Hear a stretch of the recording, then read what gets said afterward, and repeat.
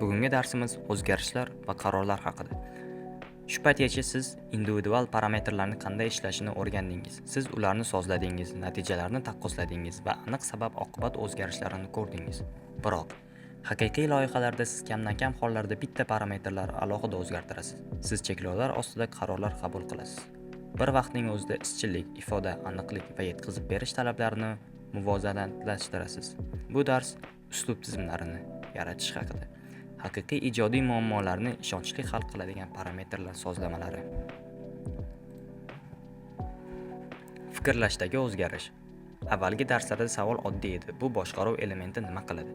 Endi savol o'zgaradi. Maqsad nima? Nima izchil bo'lishi kerak? Variatsiya qayerda mavjud bo'lishi kerak? Ijodkorlik qachon yordam beradi va qachon zarar qiladi? Siz mukammal javob bo'lmagan, faqat yaxshiroq yoki yomonroq murosaga kelish mumkin bo'lgan ssenariylarni ko'rib chiqasiz. Ssenariy. Brend kompaniyasi karuseli. Oldingi darsdagi erkaklar kosmetikasi kompaniyasining shov-shuviga sabab bo'ldi va keng e'tiborni tortdi. Endi siz ayollar soch mahsulotlari kompaniyasi uchun brend dizayni sifatida yollandingiz. Mijozga ijtimoiy karusel uchun rasmlar kerak va ular sizning ishingizning ushbu namunasini uslub namunasi sifatida ishlatadi. Siz uni Midjourney'da yangi so'rov bilan uslub ma'lumotnomasi sifatida osongina qayta ishlatishingiz, shuningdek SW parametri yordamida ushbu stilizatsiya qanchalik qo'llanishini sozlashingiz mumkin.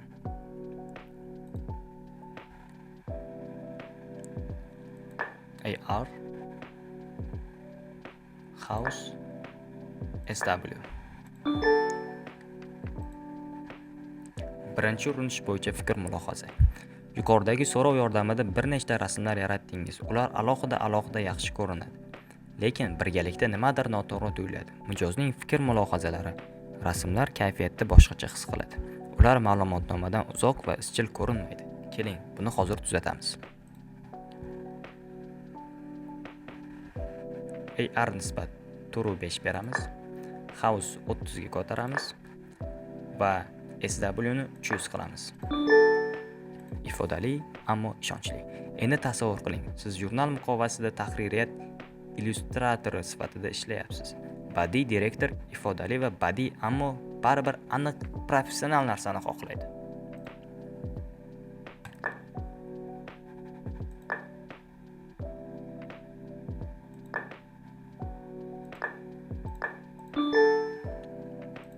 Juda nazorat ostida bo'lish zerikarli tuyuladi, dedi mijozingiz. Keling, tavakkal qilib boshqasini ko'proq xilma-xillik bilan sinab ko'raylik.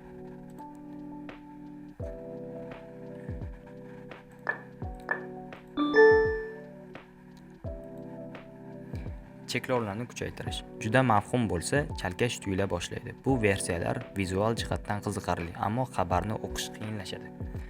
Bu muvaffaqiyatsizlik emas, bu foydali ma'lumot. Qaysi sozlashlar ifodani olib tashlamasdan ravshanlikni tiklashga yordam beradi? Abstraksiyani butunlay olib tashlash, xaos va g'alatilik kamaytirish, g'alatilikni yanada kuchaytirish, xom rejimni yoqish. Talqin va tasodifiylikni kamaytirish, tushunchani saqlab qolish bilan birga aniqlikni tiklaydi.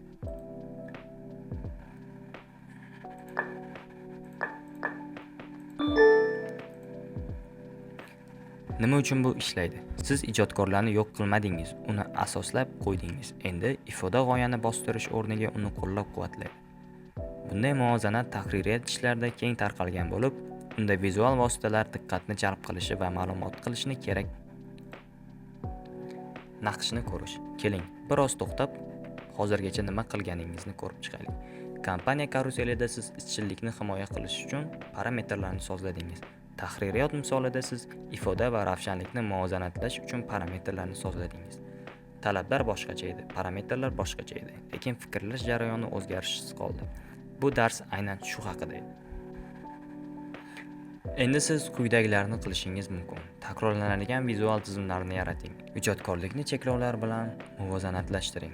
Muammolarni hal qilishdan oldin ularni aniqlang. Tadqiqot va yetkazib berish o'rtasida ishonch bilan harakatlaning. Bu professional AI tasvir ish oqimlarining asosiy ko'nikmasi.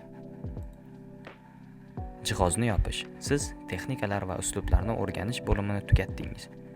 Bundan buyon siz nafaqat tasvirlarni yaratishga, balki natijalarni niyat, izchillik va nazorat bilan loyihalashga ham tayyor bo'lasiz.